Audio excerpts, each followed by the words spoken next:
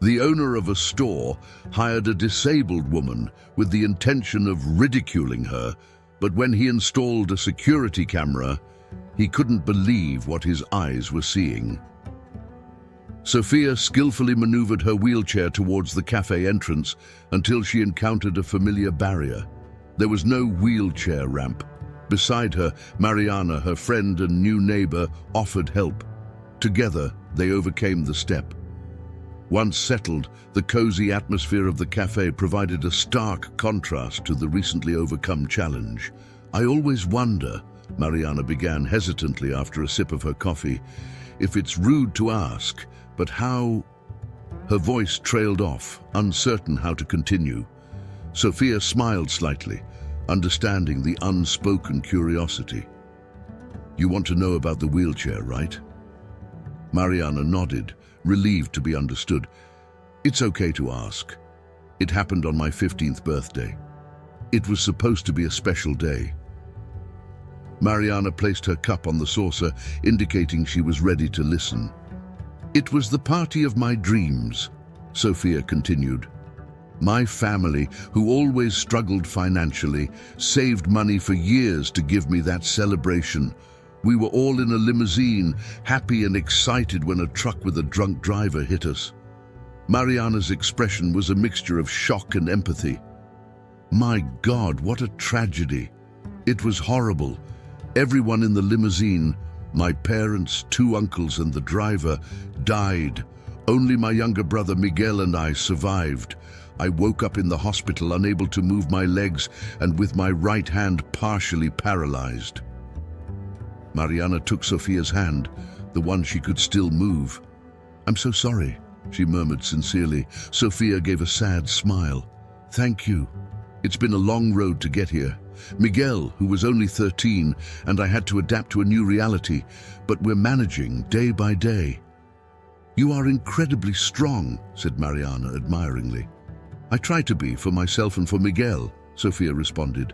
"And despite everything, I still find joy, like now, having coffee with a friend, even if it's a bit harder to even get into a cafe." The aroma of coffee filled the air, and the camaraderie between them grew. Mariana looked at Sophia, pondering her words carefully. "Sophia," she began, her voice soft but firm, "have you ever thought about having a boyfriend? I mean, you're an amazing and beautiful woman. How has the topic of relationships been for you?" The question, asked with genuine curiosity and respect, made Sophia shift uncomfortably in her wheelchair. She averted her gaze, a mix of surprise and hesitation crossing her face. "Well, Mariana, that's not easy for me. In fact, I've never kissed anyone," she whispered, her words almost lost in the cafe's murmur. "Since the accident. It seems like men don't see me as a woman. They look at me and all they see is the wheelchair. They view me with pity, not with the desire or interest that a young woman would hope to inspire. And honestly, I see myself as a whole woman despite not being able to walk." Mariana looked at Sophia with understanding. "That sounds incredibly difficult," she said, her voice full of empathy. "I can't imagine how frustrating it must be to be seen that way when you have so much to offer." Sophia smiled sadly, appreciating Mariana's silent support.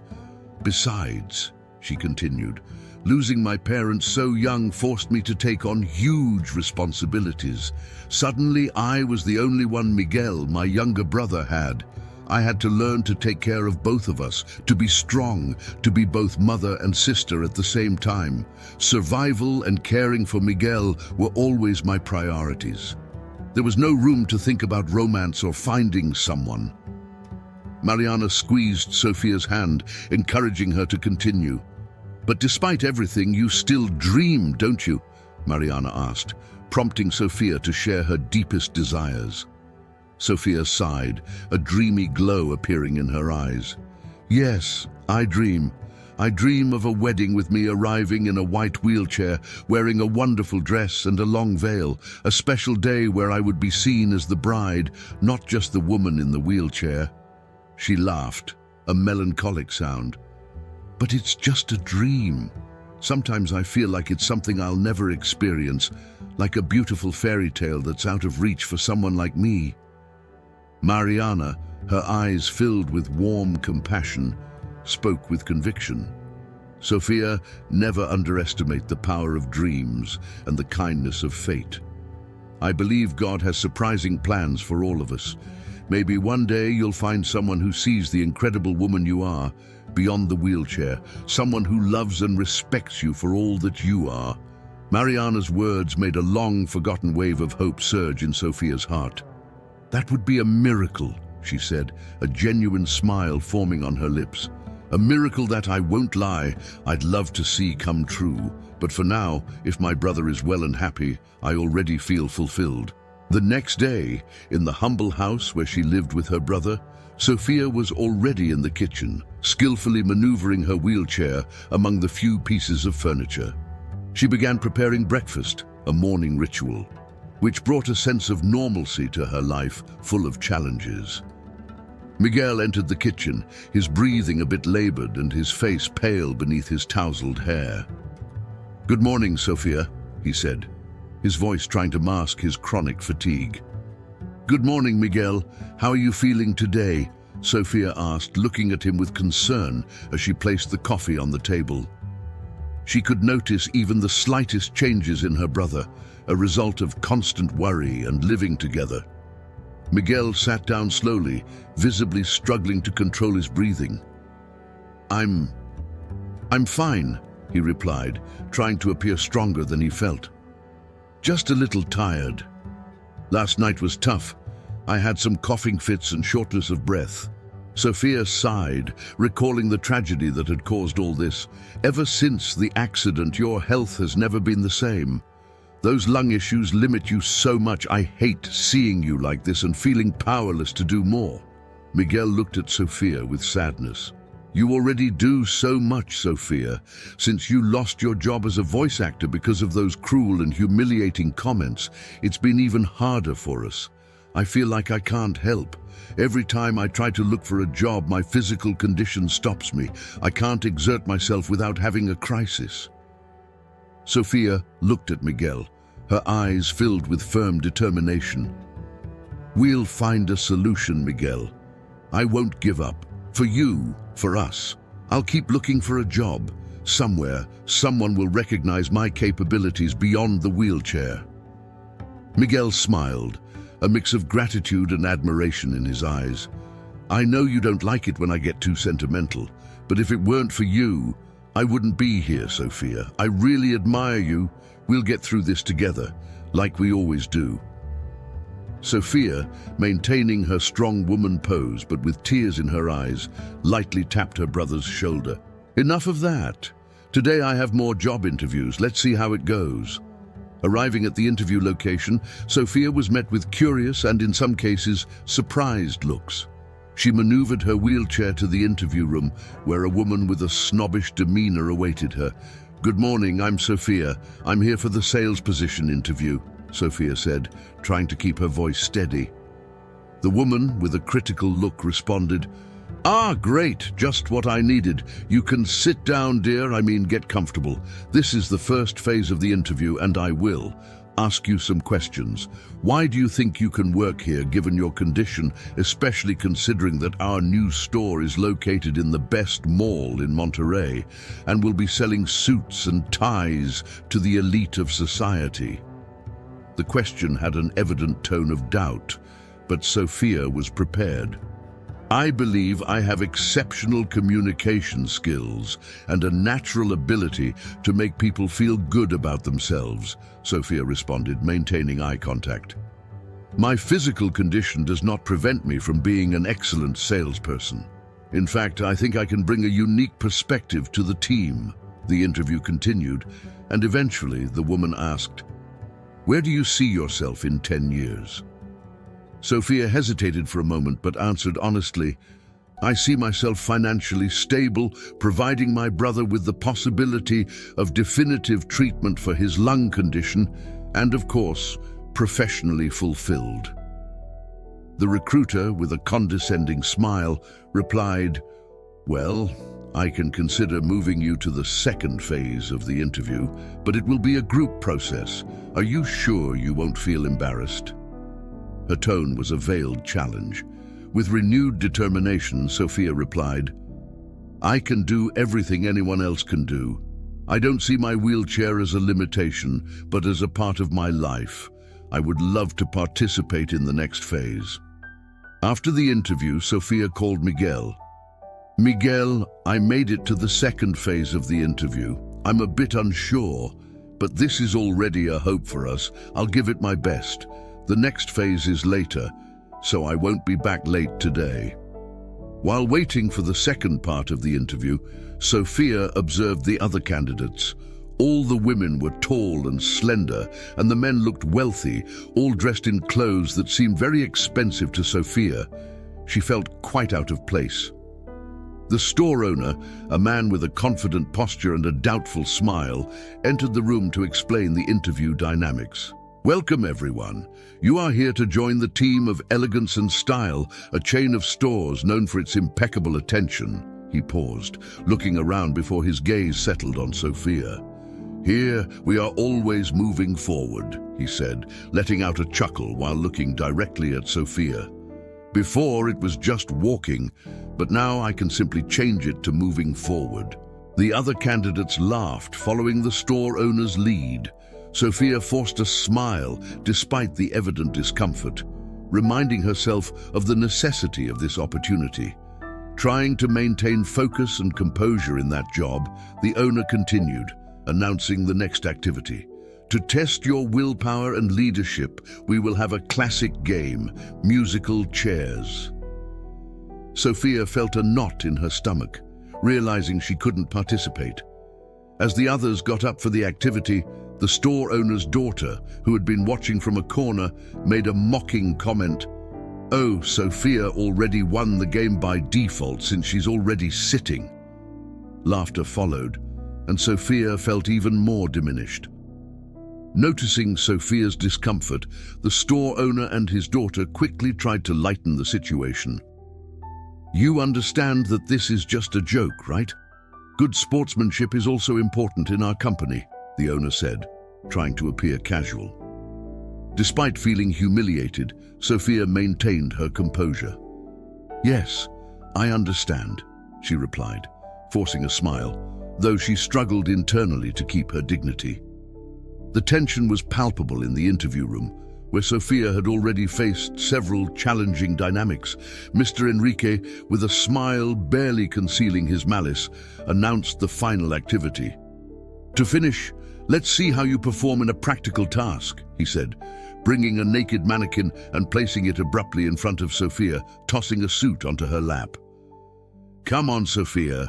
Show us how you dress a client." Sophia felt her stomach churn. The task seemed a direct affront to her condition, a test not only of her skills, but also of her dignity. She took a deep breath, considering her options.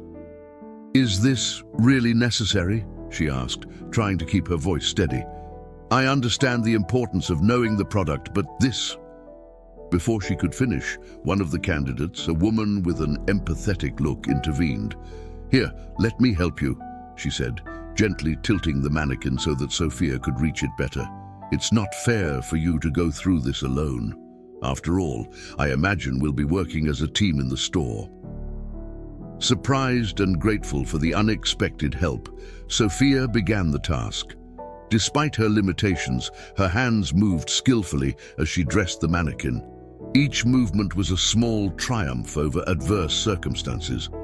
"Well, I'm already impressed," commented Mr. Enrique, his tone suggesting surprise and a hint of disdain. "But of course, our clients prefer a more direct, face-to-face service." The candidate who had helped Sophia did not hide her indignation. "This is ridiculous," she said. "She has already demonstrated that she is skilled and has the qualities to be a good salesperson. This exercise is entirely irrelevant to the actual work in a store." Mr. Enrique, clearly displeased with the interruption, responded coldly, "Thank you for your opinion, but I think your journey with us ends here. You may leave." The blonde woman, her face flushed, passed by Sophia and whispered, "Good luck. I hope you get the job, but don't let them humiliate you. You're amazing." Sophia waited with a mix of anxiety and uncertainty at the end of the interview. The atmosphere in the selection room was tense, with candidates exchanging nervous and expectant glances. Still shaken by the earlier experience, Sophia tried to maintain a calm demeanor, though inside she was a whirlwind of emotions. She remembered every word and gesture of disdain she had faced, wondering if it was worth persisting. Mr. Enrique finally returned with an expression that suggested he held the power to change lives with his words. "Ladies and gentlemen, I thank you all for your participation. Decisions are never easy, but I believe we have chosen the best to join our elegance and style family." He paused dramatically, looking around the room before continuing. "Let's start with a choice that I am sure will bring some fun to our team. Sophia, congratulations. You are hired." Sophia felt a mix of surprise and confusion. "For fun?" She let slip before she could stop herself, her face immediately flushing red. "Excuse me, Mr. Enrique, I didn't mean that disrespectfully." Mr. Enrique smiled, but there was something in his smile that didn't reach his eyes. "Oh, don't worry, Sophia. I meant that you seem to be a lively and fun person who will surely brighten up the work environment. There's nothing wrong with that." The next announcement was the hiring of Mr. Enrique's own daughter, a young woman who had barely participated in the activities. "And of course, my daughter Isabella will also be part of the team. Her beauty and charm are undeniable," he said, with evident pride in his voice. Sophia realized that despite being chosen, the road ahead would be full of challenges, not just because of her physical condition, but also due to the toxic environment that seemed to pervade the store. She wondered if her presence there would truly make a difference, or if she would just a piece in a game of appearances. Despite her doubts, Sophia knew this was an opportunity to change her and Miguel's situation, especially since the salary was good. When she got home, she told her brother, her voice trembling with emotion, "Miguel, I got the job, but I'm not sure how I feel about it. It was tough, and there were moments when I felt humiliated, but I thought of us, and that gave me the strength to keep going. At least it pays enough to buy your medications again." Miguel, touched by his sister's effort, hugged her and offered comfort. "This won't be the first time you'll have to surprise people who underestimate you for something so small compared to your personality, sister." Sophia felt increasingly isolated in her new work environment. The atmosphere was tense, with the salespeople fiercely competing for Mr. Enrique's approval and attention. They barely concealed their disdain for Sophia, often ignoring her or exchanging looks and whispers as she passed. But the worst part was dealing with Isabella, the owner's daughter. With her arrogant and cruel attitude, Isabella seemed to enjoy making Sophia's life miserable. One day, after a session of gossip and laughter with the other saleswomen at the register, Isabella approached Sophia with a malicious smile. "Sophia, today you're in charge of changing the dressing room curtains. They need to be taken to the laundry. I hope you can handle it." Isabella's words were like sharp blades, and Sophia knew this was more an attempt to humiliate her than a genuine task. With a lump in her throat, Sophia headed to the dressing rooms, determined not to let Isabella see her affected. As she tried to reach the curtains, she stretched as far as she could, balancing precariously in her wheelchair. She struggled against her physical limitations, but despite her efforts, Sophia lost her balance and fell to the floor. Tears of frustration filled her eyes as she lay there, unable to get up. It was at that moment that Lupe, the cleaning lady of the store, entered the dressing room and saw Sophia in her distressing situation. "Oh dear, what happened here?" exclaimed Lupe, rushing to help Sophia with care and gentleness. Lupe helped Sophia back into her wheelchair. "I was just trying to do what they asked," Sophia sobbed, tears streaming down her face. But I knew it was just to laugh at me. I feel so useless here, Lupe, like I'm less than everyone else because of my wheelchair. Lupe, with a look of deep empathy, gently stroked Sophia's arm. You are not useless, dear. Those people don't see the true value in anyone. I'm invisible to them too, but that doesn't define who we are. I just wanted to show that I can be useful, that I can do something good here, Sophia said, wiping her tears. But every day, it seems like I'm just fooling myself, believing in an impossible dream.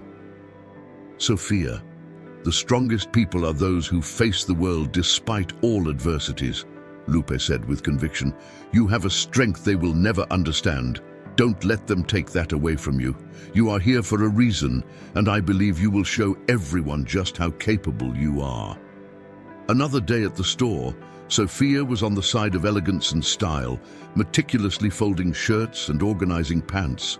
From where she was, she had a clear view of the store's entrance and noticed a dark-skinned man, clearly dirty with red soil, dressed in shorts and a sweaty t-shirt with disheveled hair, giving the impression he had just finished hard physical work. Sophia immediately saw how out of place the man seemed in that luxurious setting. The saleswomen at the front of the store noticed him, but chose to ignore him, wrapped in an aura of disdain. Isabella, with a sarcastic smile, made a comment loud enough for everyone to hear. I think he's in the wrong place. This isn't a charity center for the poor. Sophia felt a pang of indignation at Isabella's words and saw the growing discomfort on the man's face as he looked around for assistance. Determined to make a difference, Sophia stopped what she was doing and maneuvered her wheelchair towards the man. Good afternoon, can I help you? She asked with a warm and sincere smile. You look tired. Can I offer you a glass of water? The man, surprised and visibly relieved by the attention, responded gratefully, Yes, please. I would appreciate it very much. He followed Sophia to a small water cooler at the back of the store. Gratefully drinking the water, he said, Thank you again. I imagine I must have a strong smell of sweat. I'm in a bit of a rush, but I wanted to get a shirt for tonight. Don't worry about that, Sophia replied, guiding him back to the main area of the store. Let's find the perfect shirt for you. Do you have any color or style preferences? She was determined to provide exemplary service regardless of her colleagues' opinions or whether he could afford the items.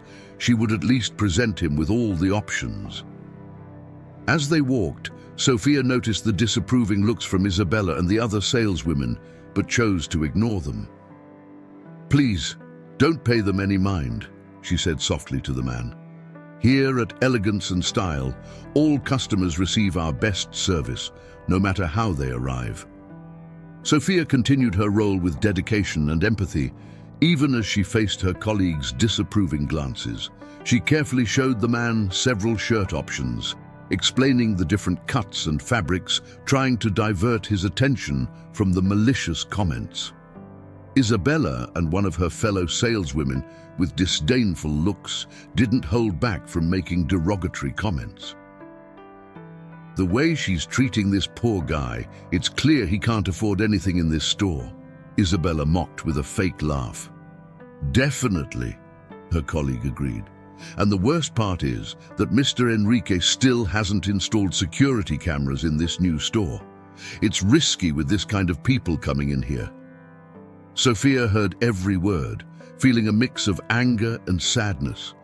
But she remained focused on her client, offering him the best service possible. The man, clearly uncomfortable with the situation, tried to concentrate on the shirts Sophia was showing him. You have an excellent selection here, he said, trying to maintain his dignity. I really appreciate your help. You're very kind. Sophia noticed that despite the man's disheveled appearance, he had an air of dignity and self-respect that strongly contrasted with her colleague's superficial judgment. He finally chose a shirt, and Sophia accompanied him to the checkout. Upon reaching the counter, the man checked his pockets for his wallet and, with a look of panic, realized he had forgotten it. "Oh my God, I'm so sorry. I forgot my wallet. What a mistake, and it's already so late," he murmured. Visibly embarrassed, the man apologized. Sophia tried to reassure him. "Don't worry, it happens. You can come back another time to complete the purchase." The cashier, one of Isabella's friends, seized the opportunity to make a sarcastic comment. "Forgot the wallet? Classic. It always happens with those who can't pay, right? They put on a whole show just to avoid embarrassment." Sophia felt a surge of indignation, but held back, remembering her priority was the well-being of the customer, who now appeared even more embarrassed. The man looked at Sophia, his eyes expressing a mix of gratitude and sadness. "I'm very sorry about this. I really did forget my wallet, but I will return, I promise. And thank you for your kindness and treating me well. It's not something I expected to find here today. I won't forget you, Sophia." Sophia smiled, despite the discomfort of the situation. "It's no problem at all. We'll be here when you can come back." The next day, Sophia arrived at the store with her usual determination, but was met with a palpable tension. Lupe, the cleaning lady, immediately approached her with a worried look. "Sophia, I'm sorry, but everyone is being called to a meeting with Mr. Enrique.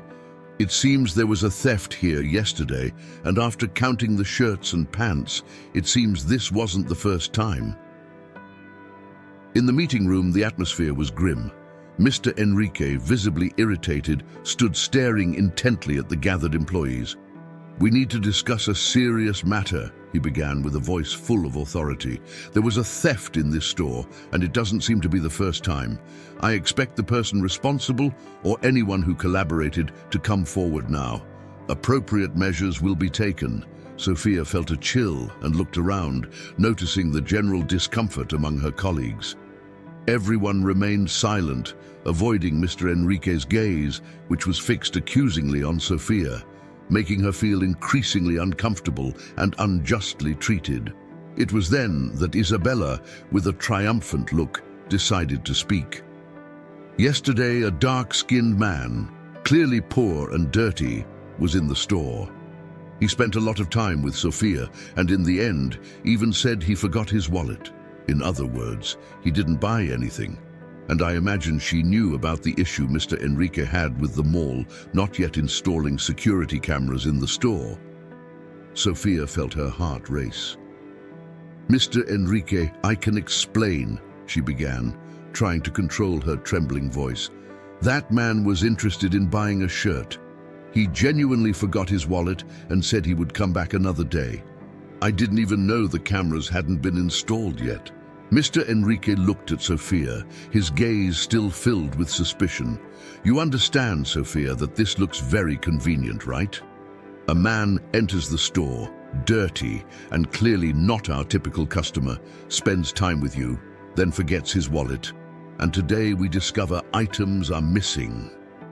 Sophia struggled to stay calm, feeling cornered and unjustly accused. "I understand how it might seem that way, Mr. Enrique, but I assure you, I was just being attentive to the customer. I had nothing to do with the thefts. I would never do something like that." None of Sophia's colleagues spoke up in her defense, and the weight of the silence in the room was almost suffocating. She knew she faced a significant challenge to prove her innocence in an environment where she already felt marginalized and misunderstood. Mr. Enrique began to press Sophia, his tone growing harsher. "Sophia, it would be better for you if you confessed now to what you did. Admit that you helped that man steal from the store," he said in a stern and unyielding voice. The room was silent, all eyes on her, waiting for her response. Sophia felt tears welling up in her eyes, overwhelmed by the accusations. "Mr. Enrique, I would never do something like that," she said, her voice choked with emotion. "I lost my parents when I was very young, but they taught me to be honest and fair. I've never taken what isn't mine, not even when my brother and I were starving because I couldn't find work." Mr. Enrique, however, seemed unmoved by Sophia's words, maintaining his cold and calculating stare. Touching stories, Sophia, but that doesn't change the facts. We need to get to the bottom of this, and you are at the center of our suspicions. Struggling to maintain her composure under the unjust accusation, Sophia continued, I implore you to believe me, Mr. Enrique.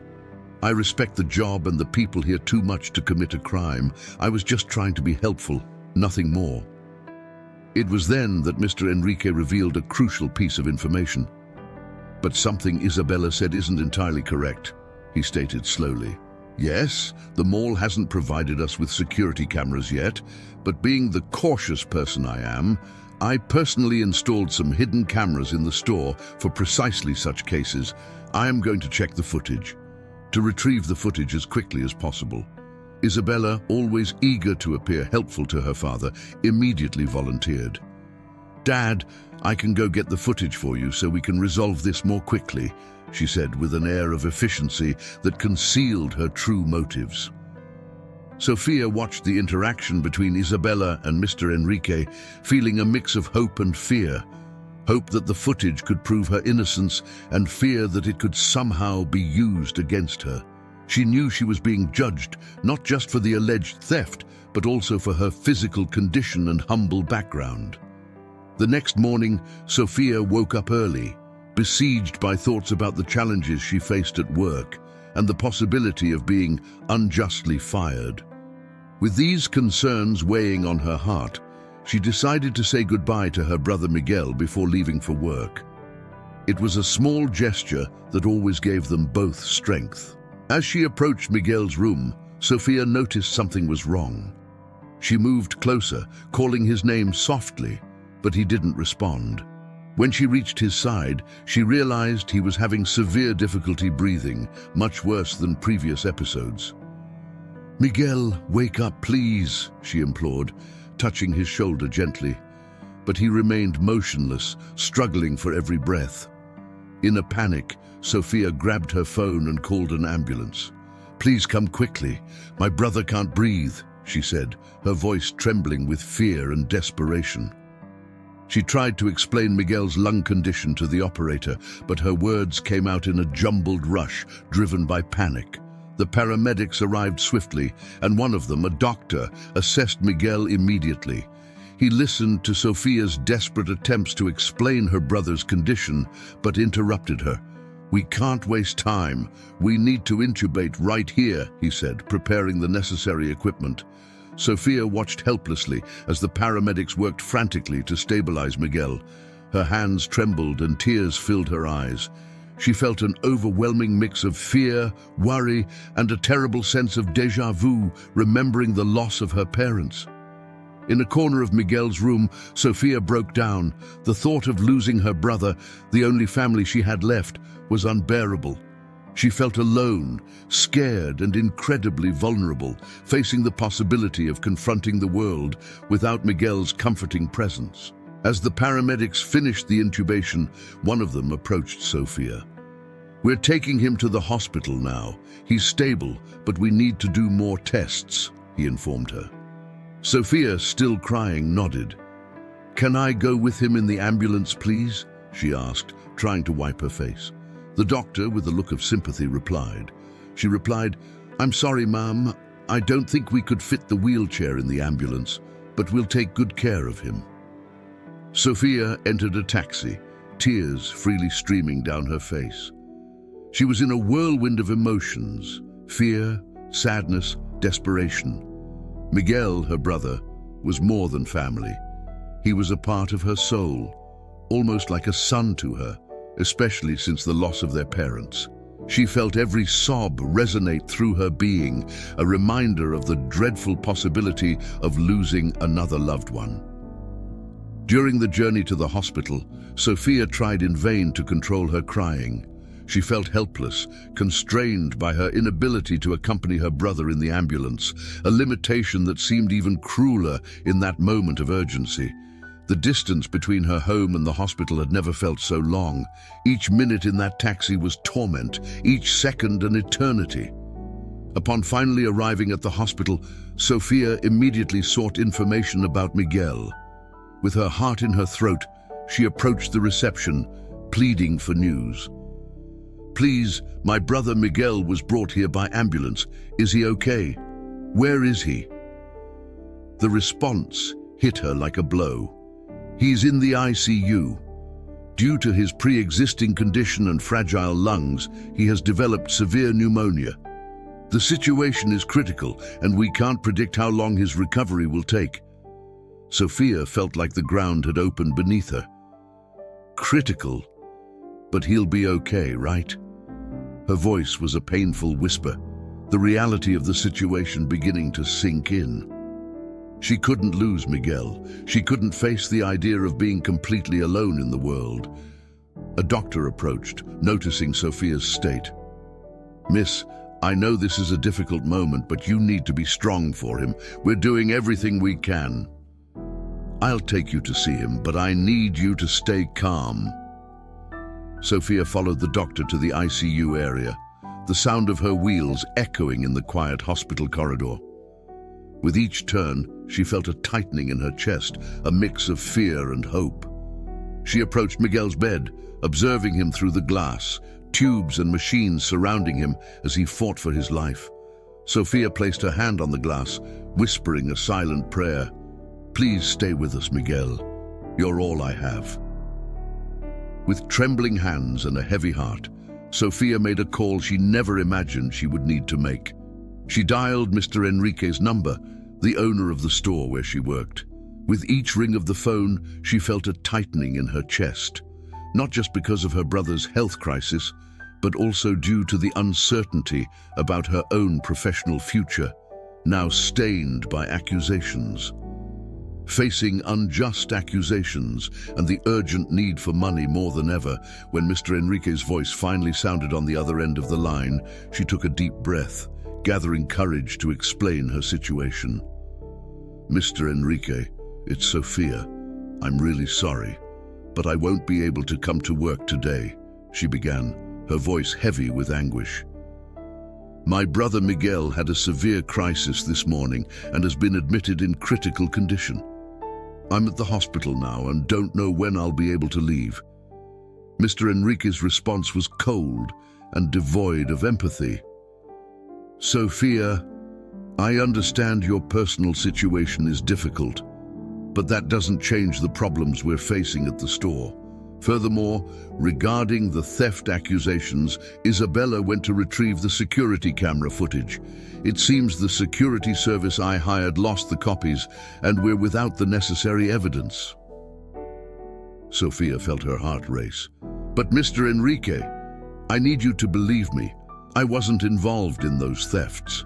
I wouldn't do that. I was just trying to help a customer," she said, hopelessness creeping into her voice. "Without the footage, I can only go by my intuition, and it tells me you're fired.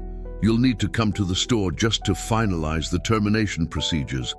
Additionally, I'm considering involving the police to investigate the man you helped attend to," Mr. Enrique said, his stern voice conveying a final decision. Sophia tried to argue, tears streaming down her face. "Mr. Enrique, please understand. I would never do something like this. All I did was assist a customer who was being ignored by others. I lost my parents when I was young. I have my brother in the ICU, and now I'm losing my job for something I didn't do. It's not fair. I've always tried to do the right thing." However, Mr. Enrique remained unmoved. "I'm sorry for your difficulties, Sophia, but I can't allow the store to be compromised. We need to maintain a standard, and if you want the truth, you never quite fit into it. See you at the store to sign the termination papers." With those words, he abruptly hung up. Sophia hung up the phone, feeling a mix of despair and desolation. She was in the midst of a perfect storm, her brother in critical condition in the hospital, her professional integrity questioned, and now her source of income threatened. Feeling utterly alone, she wondered, "How am I going to overcome this adversity? I feel so powerless to face all of this." Sophia had spent a week at the hospital by her brother Miguel's side, still in critical condition. She had barely any time or inclination to think about anything other than Miguel's health. Sophia only left the hospital quickly to go home, take a shower, and return to her brother's side, clinging to hope for his recovery. She prayed to God every day for the health of her most precious loved one on earth, her little brother. One of those days, while Sophia was at the hospital, her phone rang with an unknown number. Surprised, Sophia answered and heard Lupe's voice, the cleaning lady from Elegance and Style. "Sophia, it's me, Lupe. I have to tell you something important, but please understand I'm very worried about this. My husband has terminal cancer, and I can't afford to lose my job, but I feel I need to do the right thing. Just don't say I called you," Lupe continued, her voice trembling with fear and anxiety. "Sophia, I know who's been stealing clothes from the store. It's Isabella, Mr. Enrique's daughter. She's doing it without her father knowing. I'm almost certain she didn't even go to get the security camera footage. She probably made up a story to her father. The security company's name is Proseguir Security," Lupe confessed. Sophia felt a mix of shock and relief, hearing Lupe's words. "Are you sure about this, Lupe? This could prove my innocence," Sophia said urgently and hopefully. "I'm sure, Sophia. I've seen her several times taking items and putting them in her bag. I never said anything because I was afraid. But after what happened to you, I can't stay silent anymore," Lupe admitted, her voice tinged with guilt. Lupe then mentioned something else that left Sophia uneasy. "A well-dressed man has been coming to the store asking about... I think he looks like someone hired to investigate. I'm not sure, but I didn't give him any information about you, Sophia, I promise." Ending the call with her head spinning, Sophia was reeling from Lupe's revelations about Isabella and the visits from the mysterious man to the store, which brought a new set of concerns. With a sense of determination mixed with distress, Sophia made a final prayer beside her brother Miguel, still intubated in the ICU. She knew she needed to take action, not just for herself, but also for Miguel, her only family. With that thought in mind, she headed to the security service that Lupe had mentioned, determined to find evidence to clear her name. Arriving at the security service, Sophia was greeted with a mix of professionalism and caution. She explained her situation to the person in charge of the recordings, describing how she had been unjustly accused of involvement in the store thefts and how this was now compounded by her brother's critical condition in the hospital. "I understand you have your policies, but I'm desperate," Sophia said, her voice choked with emotion. "I've been accused of something I didn't do, and now my brother is in the hospital fighting for his life. I have nothing else besides hope to prove my innocence." The recording supervisor, a middle-aged man with a serious expression, listened attentively to Sophia's story. "Miss, I truly regret everything that's happening, but we usually can't release these recordings without a formal request from the contractor or the police," he explained clearly, moved by Sophia's situation but concerned about rules and procedures. Feeling her chances dwindling, Sophia made one last plea. "Please, I implore you. These recordings can prove that the store owner's daughter is the real culprit. They may be my only chance to clear my name and avoid criminal accusations." The man hesitated, clearly torn between compassion for Sophia and his professional responsibility. After a moment's reflection, he made a decision. "All right, I'll help you. I'll pass on some of the recordings, but you must understand, if anyone asks, I will deny knowing you or having any involvement in this." Sophia felt a mix of relief and gratitude. "I understand, and I thank you immensely," she said, as the man prepared a copy of the recordings. "You don't know how much this means to me." As soon as the recordings were in her hands, Sophia knew she had a daunting task ahead. The next day, with a firm determination and clear purpose in mind, she headed to the store. She was determined not only to sign the termination papers, but also to prove her innocence to Mr. Enrique and all those who doubted her. As she entered the store, she felt the disdainful and judgmental stares of her former colleagues. Isabella, with her usual mocking smile, watched Sophia with an air of superiority. However, Sophia remained focused on her goal, not allowing these attitudes to deter her. When she found Mr. Enrique, he immediately started to berate her with harsh words. "So, you finally had the courage to show up, Sophia. Are you ready to sign your dismissal and admit your guilt? Also, be prepared to hear from the police," he said disdainfully. Sophia interrupted him with a firm voice, filled with the strength she didn't know she had. "Enough, Mr. Enrique. I will never allow anyone to speak to me the way you did. I have initiated legal action against all the mistreatment I suffered here and that other employees have suffered in this store," she declared, looking him straight in the eyes. She walked up to the cash register and with a determined move, plugged a USB drive into the store's televisions. Suddenly, the screens began looping footage of Isabella stealing several pieces of clothing. The images were clear and indisputable, showing Isabella repeatedly hiding items in her bag. Mr. Enrique's reaction was pure desperation. "Take that off right now!"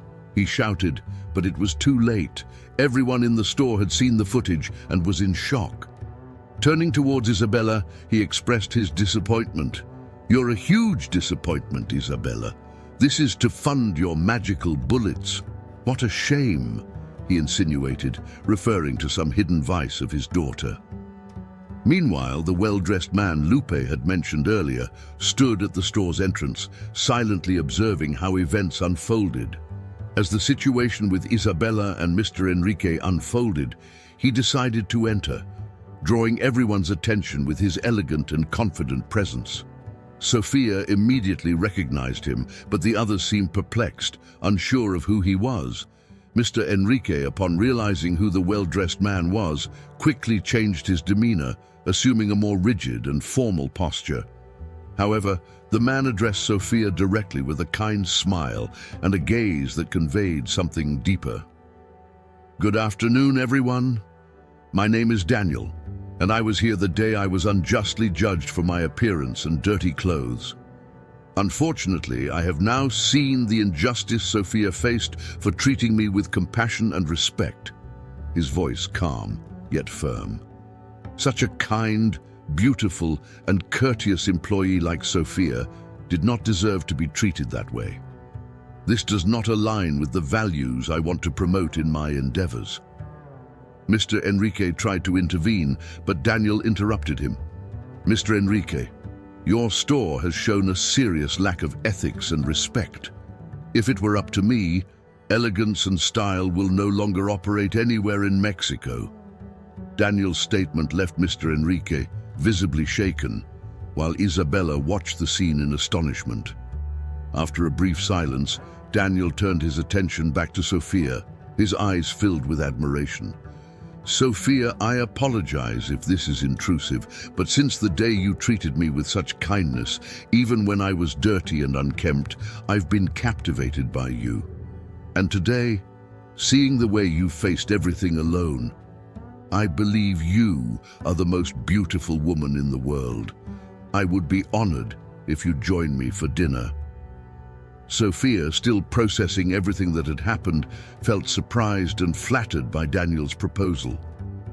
Their eyes met, and she saw sincerity and kindness in his gaze.